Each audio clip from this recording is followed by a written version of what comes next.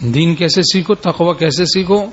یا ایھا الذین آمنوا اتقوا اللہ وکونوا مع الصادقین. حق تعالیٰ فرماتا ہے اے ایمان والوں، اللہ سے ڈرو یعنی گناہوں سے بچو اور سچوں کی صحبت میں رہ پڑو. تقوی آئے گا سچوں کی صحبت سے، سچوں کی صحبت سے تقوی آئے گا.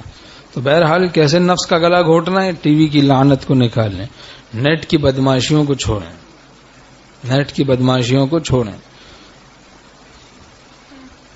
کلپس دیکھتے ہیں، پہلے تو کہتے ہیں کہ بھائی یہ کوئی مذائقہ نہیں ہے اس طرح کی کلپس دیکھنے میں، کوئی کارٹون دیکھ رہا ہے، کوئی کچھ دیکھ رہا ہے، کوئی کچھ دیکھ رہا ہے، چند دن میں وہی گندی کلپس دیکھنے لگ جاتے ہیں. کتنے لوگ اس میں مبتلا ہو چکے ہیں. باپ سامنے بیٹھا ہوا ہے موبائل سے کھیل رہے ہیں، شوہر سامنے ہے تو بیوی موبائل سے کھیل رہی ہے. موبائل میں یہ اتنا کوئی ضروری ہے؟ کیسی سخت بے ادبی کی بات ہے. استاد کے سامنے بھی موبائل میں گھسے ہوئے ہیں، پیر کے سامنے بھی موبائل میں لگے ہوئے ہیں موبائل کے ساتھ. یہ تو بے ادبی کی بات ہے.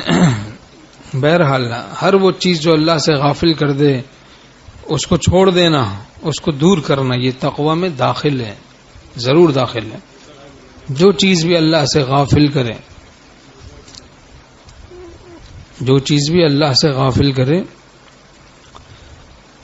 تو اس کو چھوڑ دینا، یہ تقوی میں داخل ہے. اللہ تعالی ہم سب کو توفیق نصیب فرمائے.